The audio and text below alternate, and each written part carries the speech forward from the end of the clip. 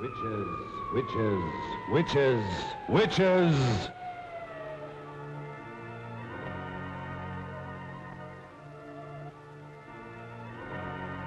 From just beyond the edge of light, from the deeper darkness where no living being has ever walked, comes the terror of those who have given their souls to the devil. This is the story of one such creature. This is the story of a witch. Across the pages of history lurk the ominous shadows of the werewolves, the sorcerers, the witches. Through the ages, man has known the evil that walks in the shadows of the night and has feared the dark spirits of the unknown. What lies behind these monstrous fears that has chilled the hearts of man since the beginning of time? Do these sinister creatures live only in the superstitious minds of ignorant people? Those who have studied the history of the ages and who know the dark secrets locked in the vaults of time, to them, the word witches brings a trembling fear and a shuddering terror.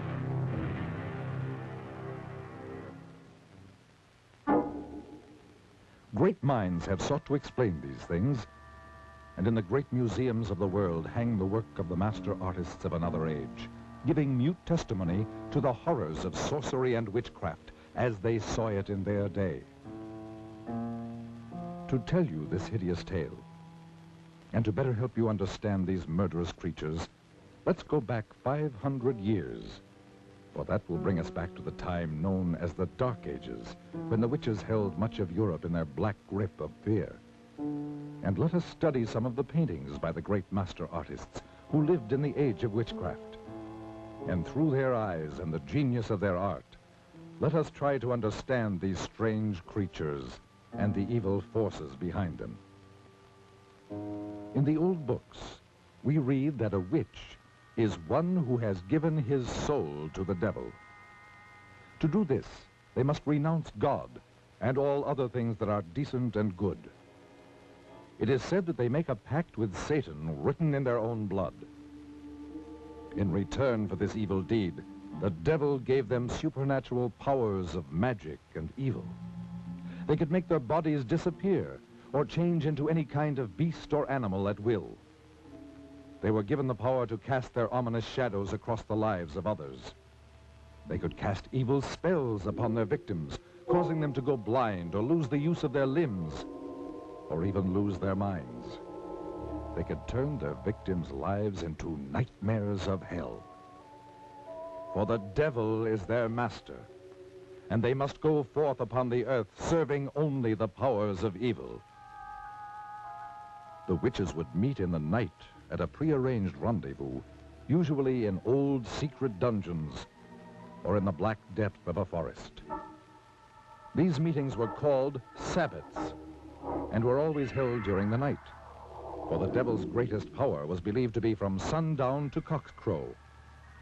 And many of the finest paintings by the great artists of that period tell the story more eloquently than words of the strange and evil things that took place at the Sabbat. The witches would appear for this sinister ritual in the form of all kinds of hideous creatures, such as beasts or birds, or half beast and half human. They would begin by celebrating what was known as the Black Mass, which was always conducted by some ex-leader of the church who had renounced God to serve the devil. The Black Mass will live in infamy forever. For here, some of the most terrible criminal acts took place, such as the slaying of children, whose warm blood was offered up as a sacrifice to Satan. Then their bodies were thrown to the dogs, or roasted and eaten by the witches. Following this ritual, the entire gathering would throw themselves into the most depraved orgies of filth and obscenity conceivable to the human mind. But to these evil, perverted creatures, it was all terribly exciting, and it provided an excuse for their unbridled lust and perverted sex. The fact that it had to be carried out in utmost secrecy made it all the more thrilling. Yet those same evil, murderous creatures who changed their bodies into all sorts of hideous beasts and engaged in those unbelievable rituals by night lived by day as ordinary human beings, such as shopkeepers, housewives, or farmers. And as the years went on, the witches continued their murderous assault upon the people. And it is said that they called forth all the legions of the dead to battle for the souls of the living. For this is the goal of the devil. From the beginning of the 13th century through the 18th century, witchcraft ran rampant through Europe and was practiced with all of its blasphemous and obscene rituals. So, the Middle Ages became the Dark Ages, the age of witchcraft, the age of fear. But men and women who still had the courage to fight did so with all the weapons they knew. And after 5 centuries, the tide of battle turned. In many European countries, the practice of witchcraft was made a capital offense.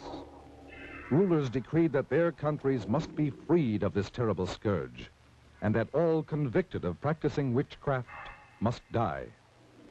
Armies were called out to hunt down the witches. The fear was so great that entire villages said to be infested by witches were put to the torch. The old records tell of flames rising high into the night sky and hideous creatures streaking across the burning heavens, screaming foul obscenities. When confronted with death, many of the treacherous witches confessed to the most hideous crimes. Even the hardened soldiers who were trained to kill turned away sickened by some of their terrifying confessions. One group of witches alone confessed to the murdering of over 2,000 babies and small children, bought from the brothels and slums of the big cities. At last, the witches were no more. Old superstitions and taboos had yielded to the powers of light and knowledge. We, who live in the light of the 20th century, see the witch only in fantasy, as a hideous old woman sailing through the night sky on her broomstick. We are certain that these murderous creatures who walked the world in the Dark Ages, committing their atrocious crimes and casting their evil spells, never really existed, except in the twilight zone of the mind. But are we mistaken? From deep beyond the edge of light, from somewhere out there beyond the grave, beyond the dimensions of life, do these ominous creatures still exist? Let us see.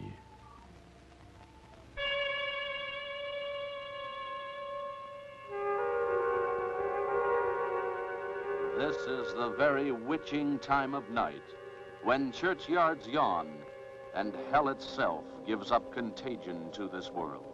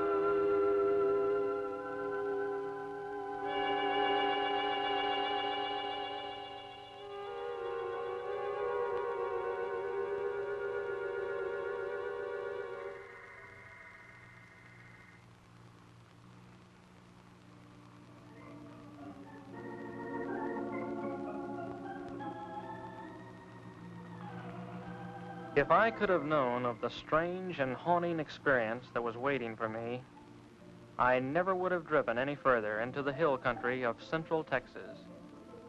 There are those who say that it was all a dream and that it didn't happen at all, nor could it happen in the 20th century.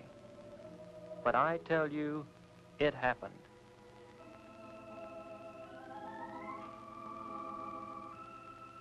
Perhaps you will be able to believe it if I tell you about where it happened and the people who lived there.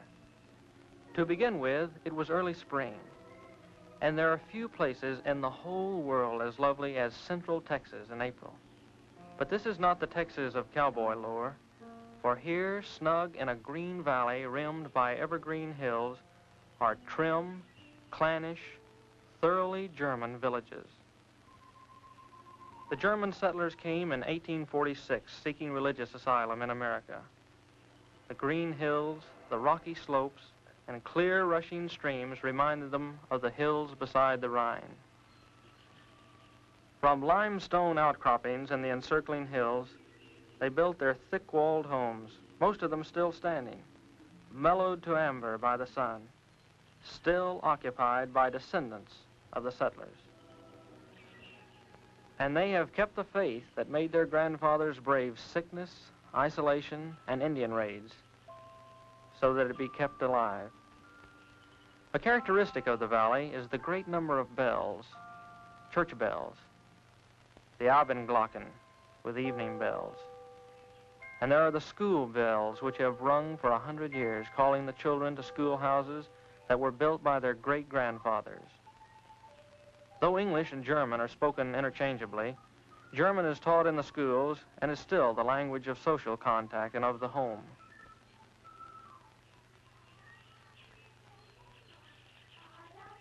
And they sing in German.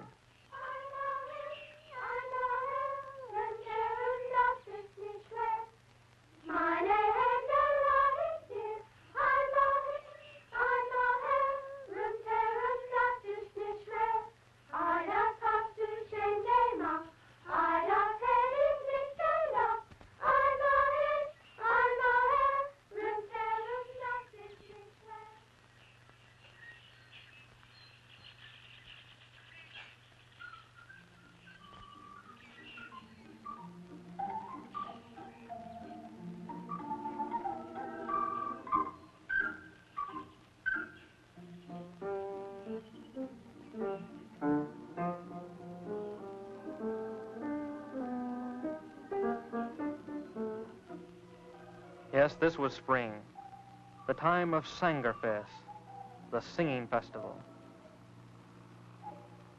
I was trying to get to the village of Luckenbach, where a singing festival was in progress.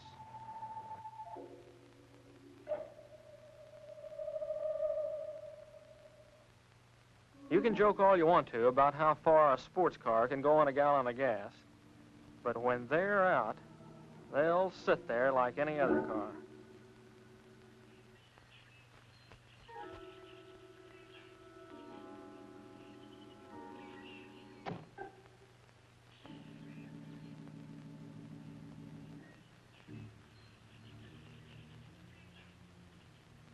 I was already late, so I decided to leave the car and walk into the village.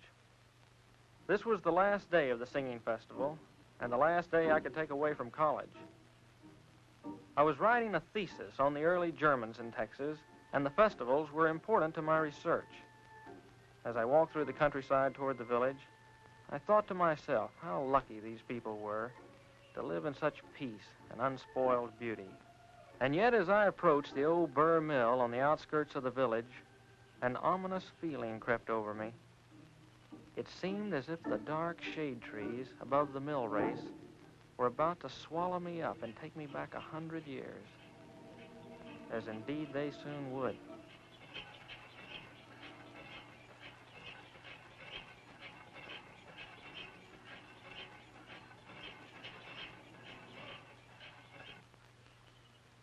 Hello there. Wie geht's? I'm looking for a place to stay for the night. I wonder if you could help me. Schönig sehen, mein Bruder Hans. Good beer, Wiener Schnitzel. Sounds good enough for me. Kirska. Her name was Kirska. It was a pity that such a lovely creature would be the one to tell me that I was too late for the festival. She was dressed in a costume of the old country and had taken some village children to the festival. She said that her grandfather would be glad to have me at the inn.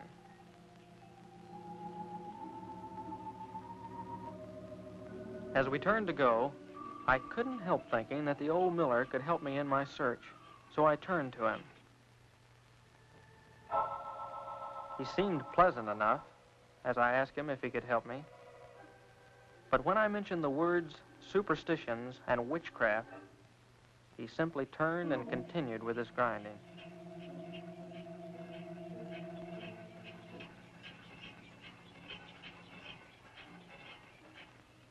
I dismissed the old miller from my mind as overly sensitive, and we started walking through the village toward the inn.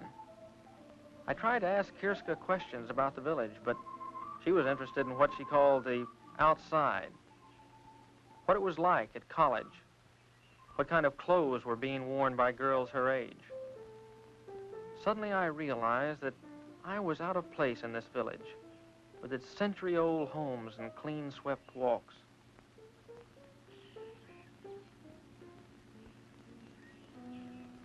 But as we approached the inn, her mood changed.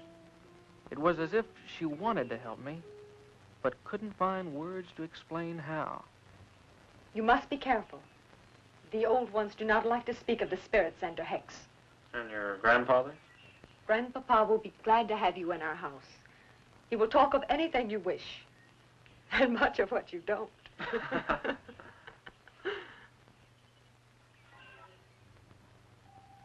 That evening, after a good German dinner by the fire, Hans Schunig, the innkeeper, puffed on his pipe and tried to find words to answer my questions. Ja, mein Bruder, the Miller. The villagers, they are afraid to talk of those days when the spirits were about our belly, especially the Lukenbach witch. The Lukenbach witch? I think I talk too much. Surely after all these years it would be nothing if you told me. I will help you when I can, but we must not talk of the witch. But I promise you, I'm not going to say anything to anyone. I'm just interested Good in luck. I had just about given up hope of any help from anybody. Come in.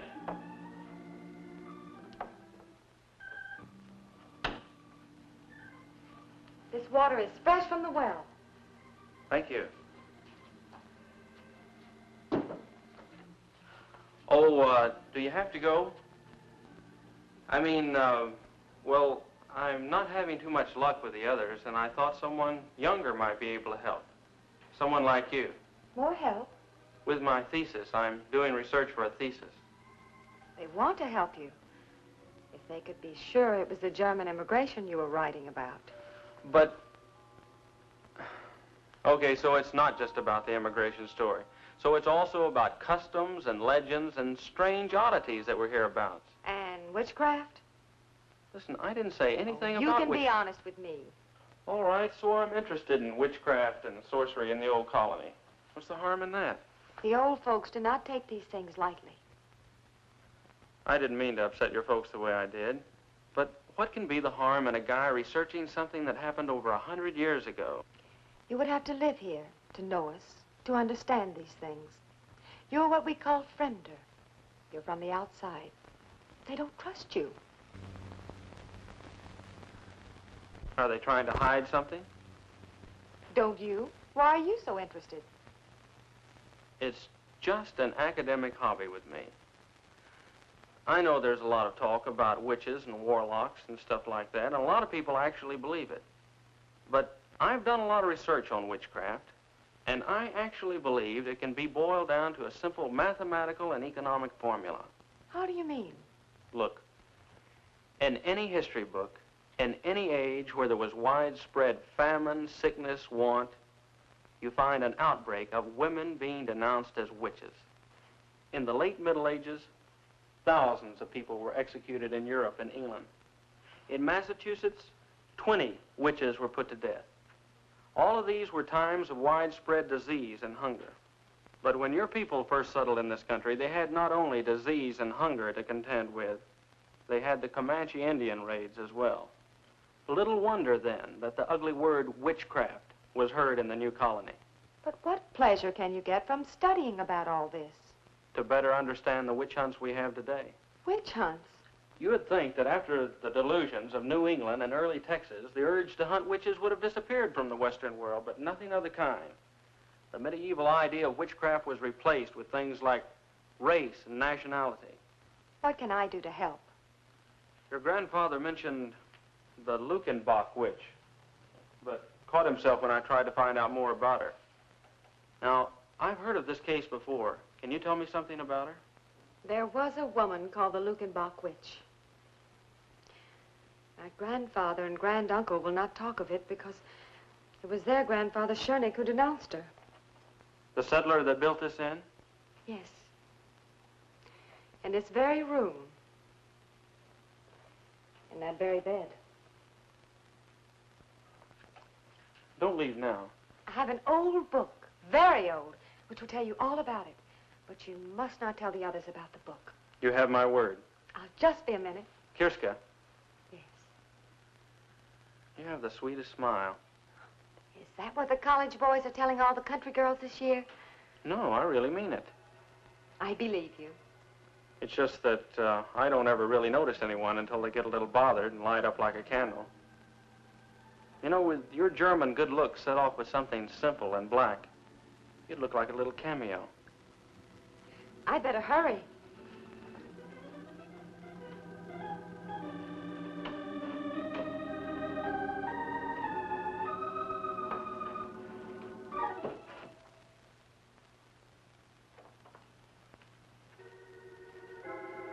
As I finished my packing, I actually felt that my luck was changing for the better. Just how much better, I couldn't describe. You'd have to see her.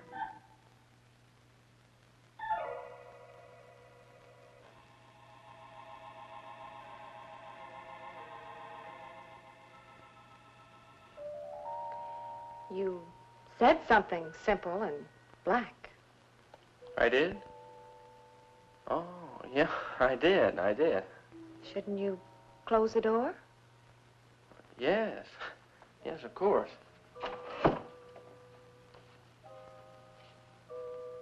I'm not sure I've got you figured. Because I asked you to close the door? Well, yeah, that and And you wouldn't want Grandfather to know we were alone? No, I wouldn't.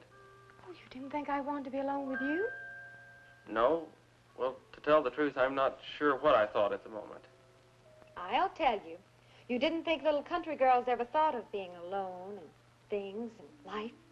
But, Well, who knows more about life and things and being alone than farm people? Well, It's just that farm people don't talk about it too much. Too much talk ruins it. I'll be... I'd better give you your book now and go. Because after giving you your book, I have no reason to stay. Except on one condition. And that wouldn't be fair to you.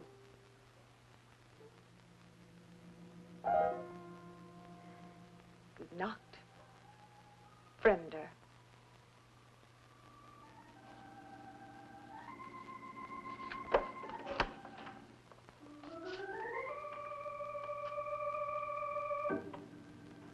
Well, I'll be damned.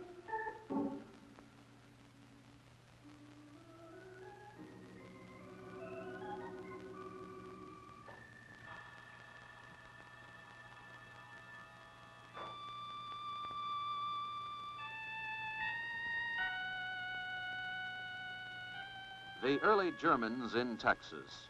To understand and properly know how witchcraft and suspicion raised its ugly head in the early colony, remember that in the first year of the settlement, typhoid, sleeping sickness, and other bitter hardships were climaxed by an epidemic that took the lives of 200 of the 600 settlers.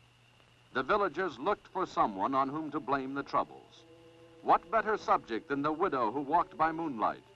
The widow who was too aloof to speak to the women of the village. The widow who caused the whispers about a clandestine affair with the innkeeper Schoenig. The widow witch, they called her. Witch? It must be remembered that this was a time when a man of power could conveniently denounce as a witch any woman discovered with him in his bed. Such a man was Otto Scheunig. Yeah.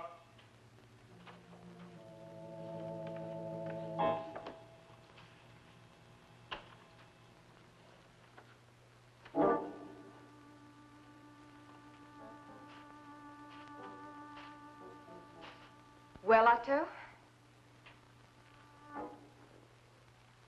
Well, widow? What excuse is it this time, Otto? What excuse? I have asked you to give me more time, woman. I have given you time enough. You must decide between us.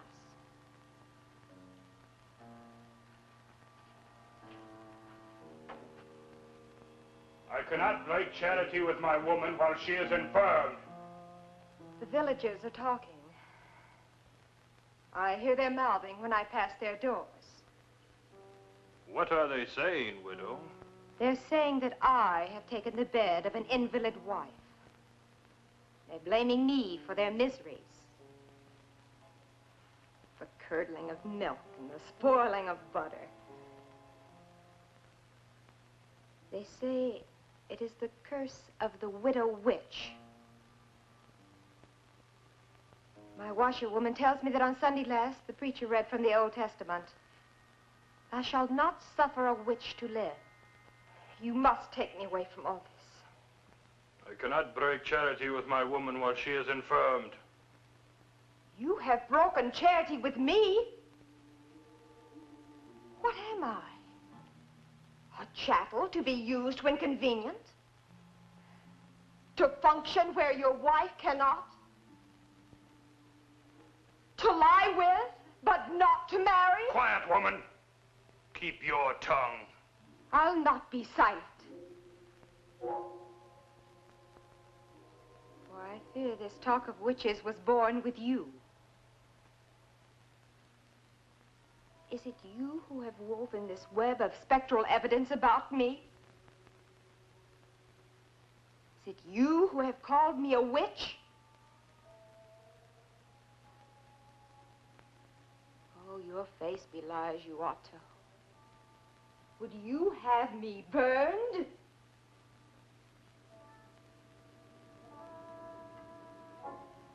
Yes. Yes. Witches are for burning. No! No! Stop your shouting, woman. Let her hear me. Let all hear me. You belie me. They're here now. The elders are here to learn how you cast your demoniac spell over this house. No! No, you lie!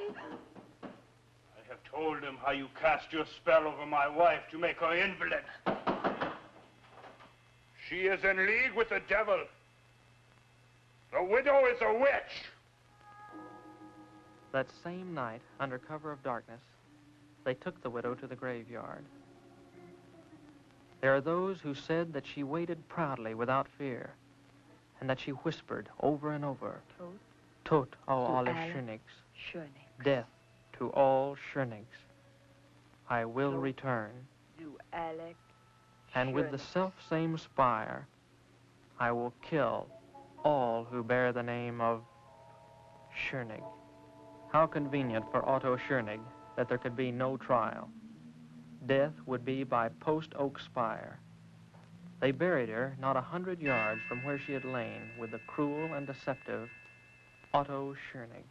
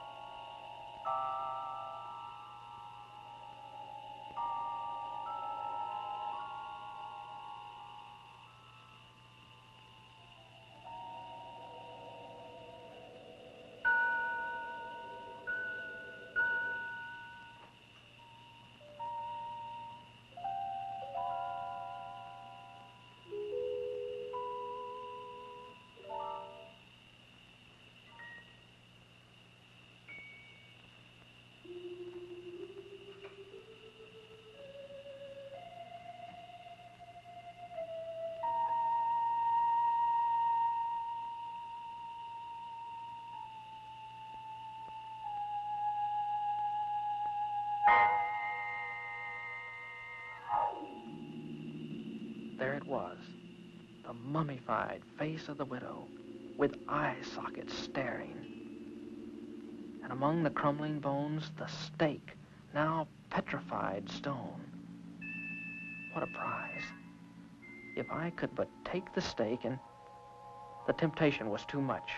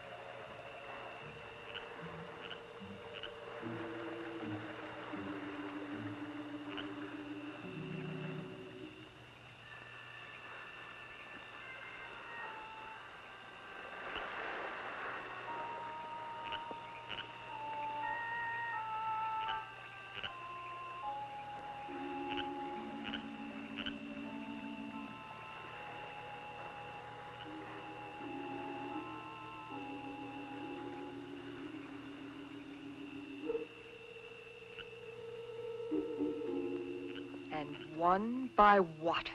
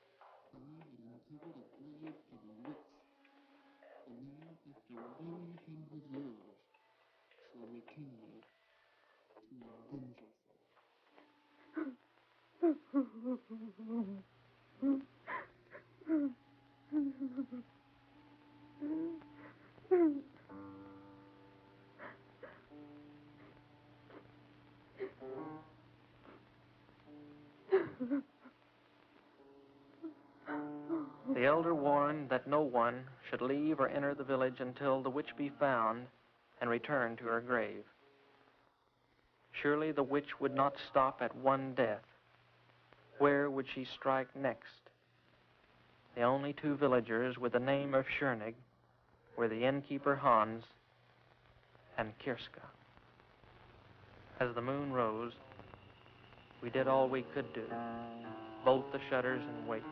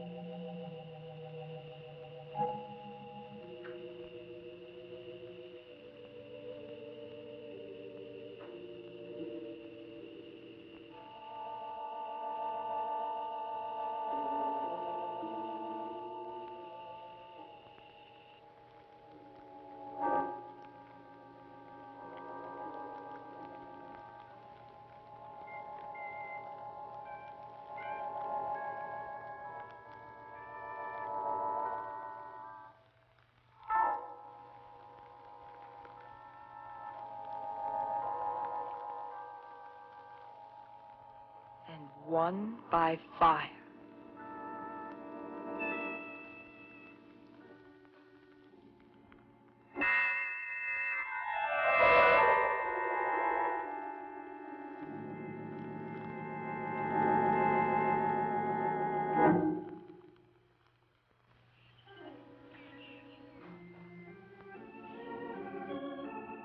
I was the guilty party, just as surely as if I had held the stake.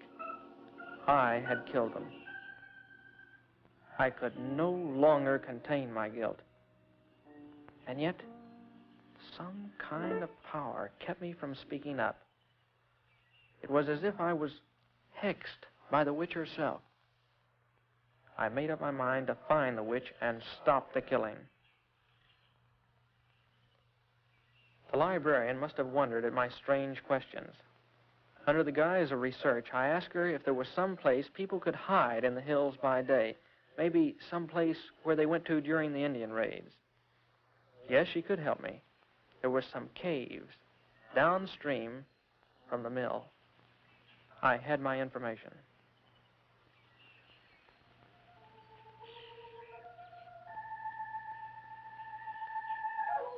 And so that night, as the moon bathed the hills with light, I crossed the mill race and headed toward the caves downstream.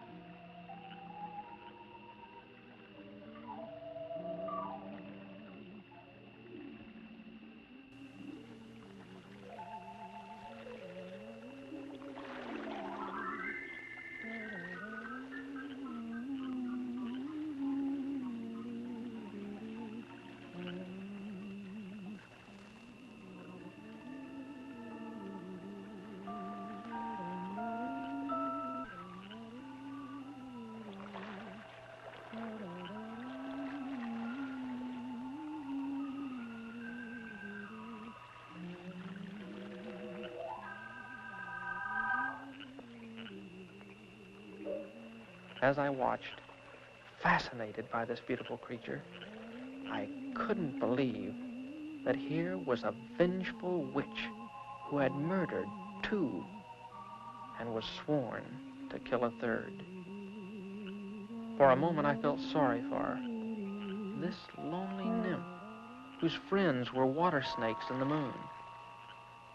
And she seemed to know every sound of the night.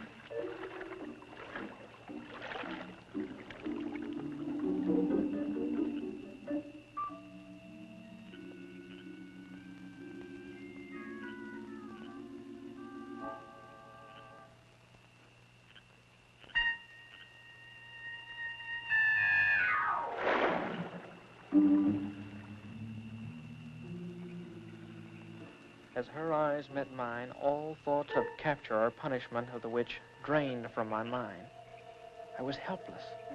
Her power and beauty engulfed me, and I found myself completely obeying her will.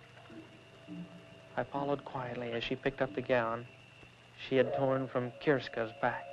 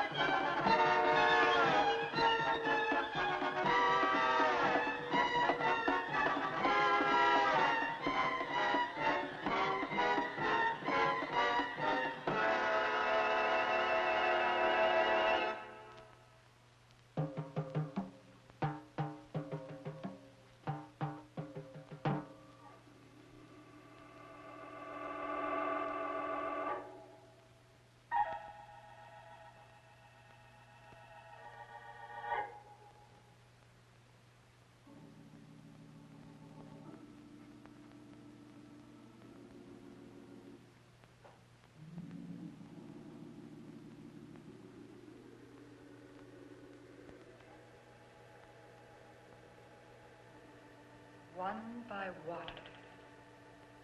One by fire. But all shall die by the self-same spire.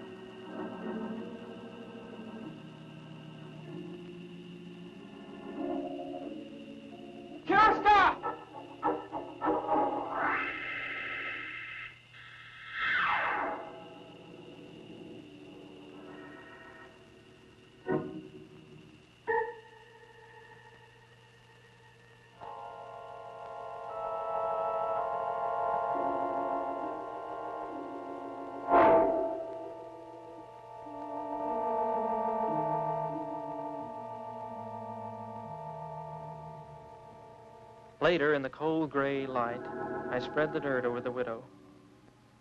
My feelings were mixed. Here was a woman who had taken 2 lives. Yet she had been denounced maliciously and killed by the same stake. Was she witch or wronged widow? It is not for me to say. I am only glad that her tempest is over and she has returned to her 100-year sleep.